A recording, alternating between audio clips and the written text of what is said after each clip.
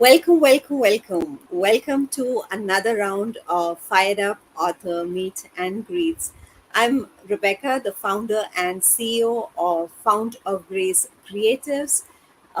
We are working on the Fired Up multi author book collaboration series where we are featuring women changemakers from around the world who are sharing their inspiring stories of hope, of being through difficult times, and how they have overcome them, built successful businesses, have overcome health, personal challenges. Today we have Saira Kadeer, also known as Mystic Sarah, an international celebrity, psychic medium, and clairvoyant based in the UK, joining us. She is a rapid transformation therapy practitioner and has won many coveted awards, including Psychic of the Year for Central England, UK National Psychic of the Year, and UK Clairvoyant of the Year. Welcome, Sarah. Thank you for joining us today. Oh, thank you. Thank you so much. It's an absolute pleasure to be here. It's our pleasure as well. Thank you. So let's begin at the beginning. Can you share a bit about yourself, your story, and your journey so far? Okay, yes, I'd love to. So I've been working as a professional psychic for a good number of years now, probably about 7 years. I've been doing it previously for about 30 years, but working professionally for that length of time, have my own business. When COVID hit, I had to build my business very, very quickly. I was literally down to my last £1,000 in the bank. Then we had COVID, and I thought, oh my goodness, I'm going to have to remodel everything. Okay.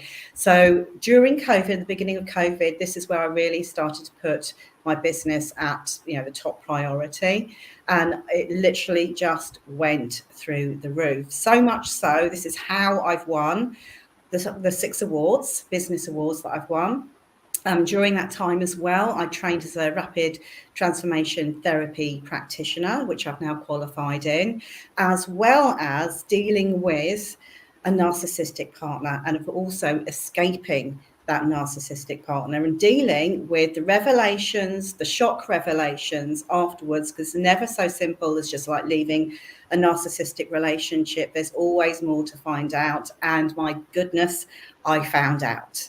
So dealing with all of that, plus building my business up, my spiritual business, which I absolutely love and adore. And to be honest with you, was my saving grace. I think that's what took me through, helped me to deal with the narcissistic abuse on a daily basis by focusing on that, almost like separating myself so I could build my business up. Yeah, that is such an inspiring story. Within a few years, you've been able to totally ramp up your business and leaving a very difficult phase of your life and being able to concentrate on your business and taking it ahead. How did you do that? How did you manage to do that? Well, being a spiritual person, like I said, we had COVID. I mean, basically, the background is okay. I can't take all the credit myself. I would love to, but I work with my spiritual team, my intuition. And it was the January of COVID, just before we were even getting any news of anything. My spirit team, my spirit guide said, you need to look at this particular platform that I was on that wasn't actually really doing anything at the time. So I did. I made a few tweaks, a few changes. And that's what made the business completely take off at exactly the right time. I couldn't have planned it better myself. Okay, so part of my roadmap, etc., is actually tuning into your own intuition, your own soul, and also your spirit guides, etc., so you can get the help that you need at the right time. Uh, yeah, and can you also share a bit about the story that you're sharing in the book about how you left a difficult marriage and how you were able to build your business? Well, I was building my business whilst still in the relationship. So Whilst I was working, I mean, sometimes I was working till 1 o'clock in the morning. I was working very, very hard. I have thousands and thousands of clients to work with and to see to. And every couple of days, there'll be some sort of crisis that they would create. And I dealt with that. It wasn't so much all of the abuse that led up to me walking out of that relationship. Everything was very sudden. It's almost as though overnight things suddenly changed. I came across by pure chance, or could you say it might be my intuition, some key information that made me just sever that relationship there and then. And it was after that point, which was bad enough, okay, but it was after that point that I was still trying to sort of hold on to my business, because when you're in a relationship like that, there's a lot of psychological damage, okay, so over a sustained period of time. So when it all kind of collapses, you kind of collapse as well. So it's taken me a long time to kind of build everything back up, including myself, because within these types of relationships, this is what you lose. You lose part of yourself, and it can be very difficult to reinvent yourself, which is basically what I had to do. And in turn, obviously, reinventing my business too. Absolutely. Being constantly subjected to those emotional abuse and the constant barrage of, you're not good enough, you won't be able to do this, you need somebody like me to be there, kinds, I guess. Oh, yeah. I And mean, I fell for that hook, line, and sinker. I didn't feel as though I could cope on my own, even though prior to the relationship, I coped absolutely fine on my own. So I'm a single parent of three children, brought up my three children on my own without any support. So I knew deep down, well, logically, I knew that I could cope with anything, really. However, after being in that relationship, all of that is kind of dismantled, and you're led to think that you can't possibly cope on your own. And it wasn't the last split, okay? It wasn't the only split, it was the final split. There was about 2 years ago another occasion where everything kind of blew up and we split up. And I went into, even though I wasn't aware of it, PTSD.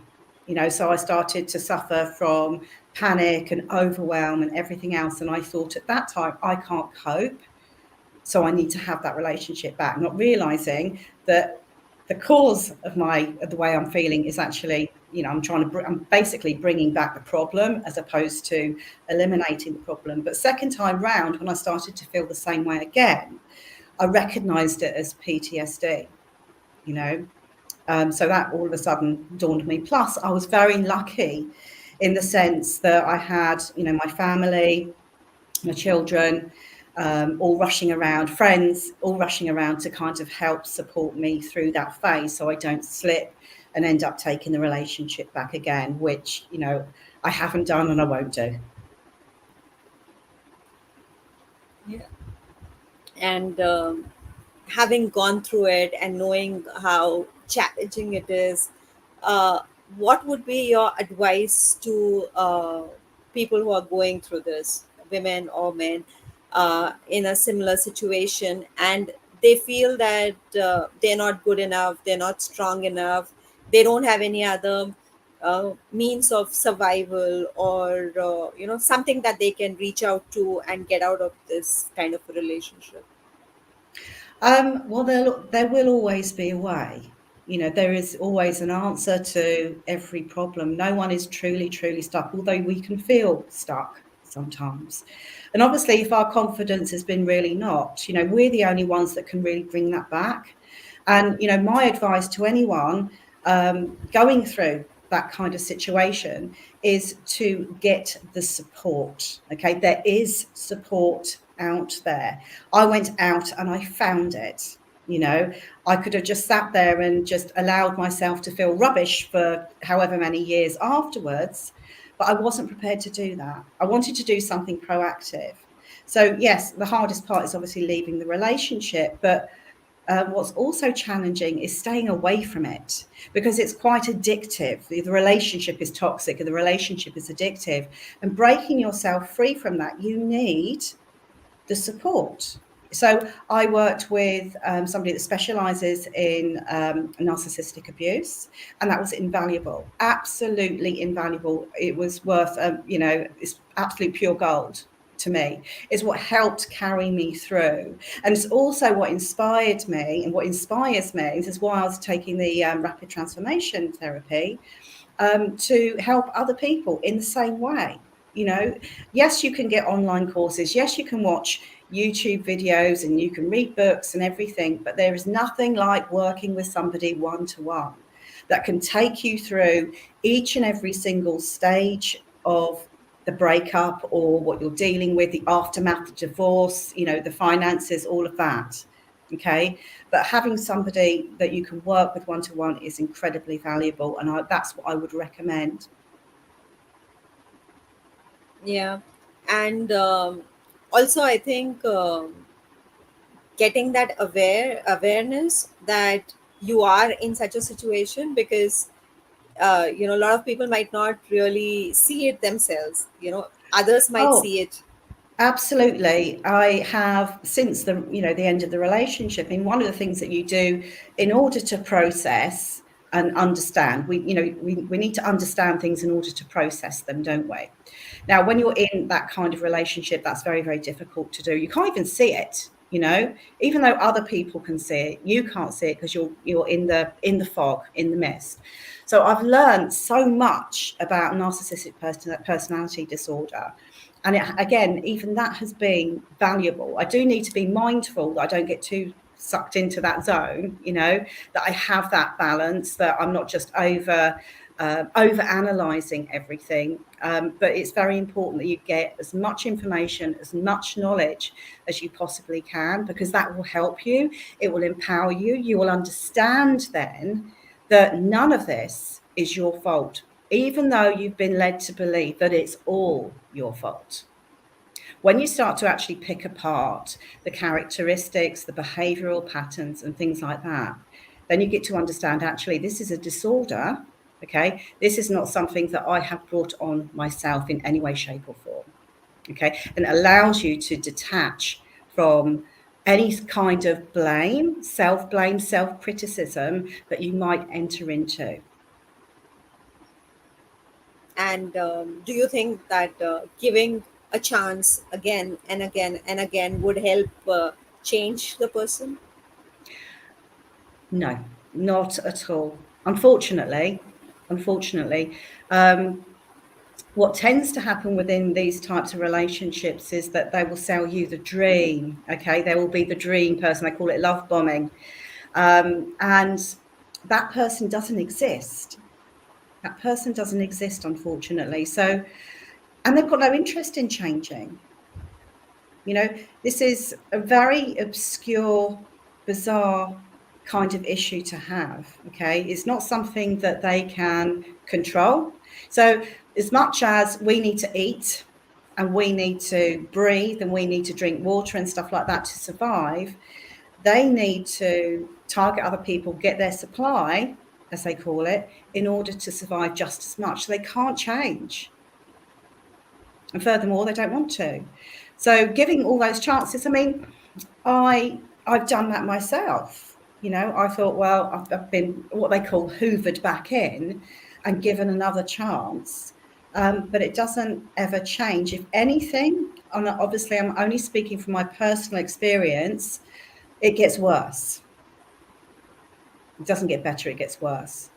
But I understand the desire, the hope, especially if you've invested everything into it. So for me, when I got into the relationship, he convinced me to move 200 miles away from my family to where his family live. So therefore, totally isolated. So the first time I took him back was because I felt like I didn't know whether I could cope on my own. I didn't know the area, didn't know anything. It kind of set up this dependency upon him. However, I definitely would say that they can't change. It's a bit like, you can liken it to any other sort of mental disorder, such as schizophrenia. Can somebody become unschizophrenic, you know? Or is it something that they're going to have to deal with? They can manage their symptoms, absolutely. They can manage their symptoms, but it doesn't go away. And the same thing applies. This way to look at it really, it's a mental disorder, and it doesn't matter what you do, what you say, you can't get rid of it. It's one of those situations. And do you think most of such people are aware that they are exhibiting such behavior, are have such a disorder? Um, I would say I'd actually have to say yes. I do feel as though they know that it is wrong. You know, obviously you've got variations of narcissists. You know, you've got psychopaths as well. You know, they exhibit psychopathic tendencies, which again, you know, is kind of calculated.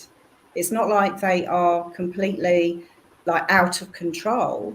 You know, they understand what they're doing. They know the damage that it caused, but they just can't help themselves. They still need to do it.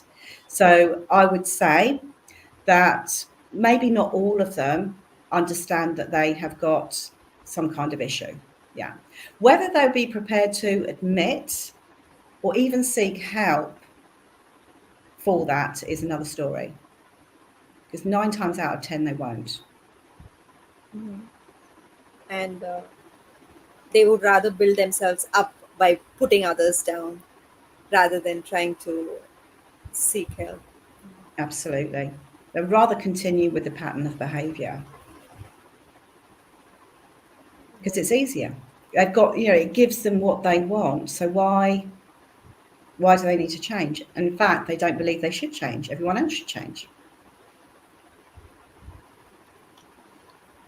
Yeah. Um, absolutely.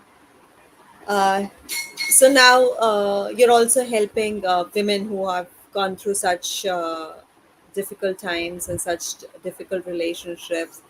Mhm. So is that something you work on a global level or face to face? So I tend to do most of my sessions online. You know, that you've got a global audience out there. You know, why look locally? You know, I probably would see the odd client face to face, but most of my work is done online through Zoom. It works very, very well that way. And also with the program that I've got as well, or the level of support that I've got, people can reach me via Voxer and stuff like that because I know things come up. They need to talk to somebody urgently. They can't sit there and wait for a weekly appointment. You know, I need to be there at least for, you know, the first sort of few weeks to the first couple of months to guide them through the process. Yeah. And like in this book, we are sharing our different inspiring stories of going through difficult times, as well as actionable roadmaps, 5 small steps that the readers can take to better their lives. So would you Mhm. share a little bit about the roadmap that you are gifting to the readers, not giving away all the detail, just a little bit about it? Yeah, so my roadmap is focusing mainly on spiritual businesses, you know, because this is kind of how I've managed to empower myself and work through the other situation, the personal challenge, which is obviously got nothing to do with the business itself. So my roadmap is focusing on how to build a strong spiritual business, what you need to do, how to progress, and how to show up, you know, as a leader, and how to show up as somebody that is um, empowering others, you know, to show up with strength, to show up with confidence, and also to do the work and help thousands and thousands of people. Yeah, thank you. Thank you for sharing that. I'm sure it's gonna help a lot of people. Uh, so, I'd like to share a little bit about your experience with the Fired Up 2 collaboration. It's been amazing. It has been absolutely amazing. I thought I thought it would take forever when we first came on board and you said, right, okay, this is the, this is the action steps and this is when we're going to do it. I think, my goodness, I don't know whether I'm going to be able to, be able to do it. But the steps that you supplied, and your format was so easy, so simple. It was brilliant, absolutely brilliant. Thank you. Yeah, and And I had the I'm sure. opportunity to meet some beautiful, amazing souls, and that's something I'm truly grateful for. Absolutely. Each of the amazing women on the team of authors, they have such inspiring, impactful stories that are definitely going to change many people's lives and help give that spark of inspiration and the hope that there are better days ahead. It's not where we Well, are at the moment, it's where we can be. absolutely. And, we're all capable of absolutely anything. It doesn't matter what challenge, how big the challenge, we can survive it, ride through it, and come out the other side bigger and better. Absolutely, and there are like so many women who are supporting women, helping in different steps of the journey. You don't need to walk alone. There are others who have gone ahead of you, and they can handhold you. You can find online resources, free resources, paid resources, coaches, mentors who can help on this journey. You don't need to do it all by yourself. It's difficult, but it is definitely possible. It is, and it's a different, very different scenario to when I first started off because there wasn't the support there for me, coaching and stuff like that. There certainly wasn't anybody that specialised within spiritual businesses at all. So I've done the journey on my own, but I don't want other people to do the journey on their own.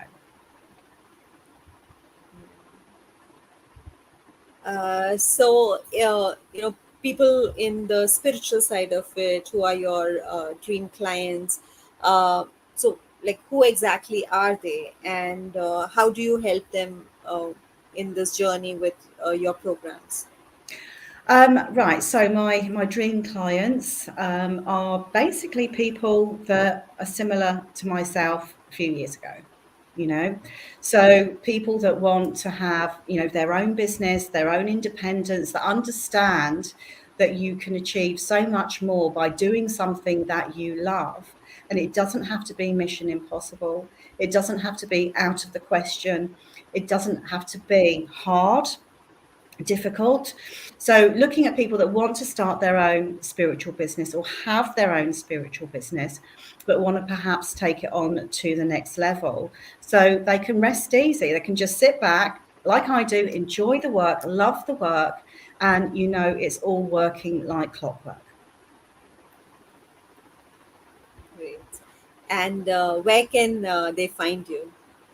Okay, so there are a couple of places. So the main place is obviously my website, which is www.modern-mystic.co.uk. Or they can also find me on Facebook under Mystic Sarah. So you know where to reach Sarah at. So as we come to the end and are wrapping up, what would you like to share to people who are thinking about exploring the idea of sharing their story in a book, in a podcast, in an article, but they are hesitant. They don't know whether what will people say and how will it be perceived. So, do you think they should share their story? Do you think they should write a book, write a chapter in a book? Absolutely. Get that story out because somewhere out there, there will be people that it helps. Even if it's one person, it's worth it. Absolutely. Even if one person is helped, that would make the entire process worth it. Absolutely. So we have this motto like, change the world one woman at a time. So it definitely is so true that, we don't need to change millions of lives. We can just start by doing one at a time. Absolutely. Yeah. Thank you. Thank you so much, Sarah, for joining us today. It was lovely chatting with you. And we look forward to reading your story releasing next month in Fired Up 2. Thank Can't wait. you. Bye bye. Bye.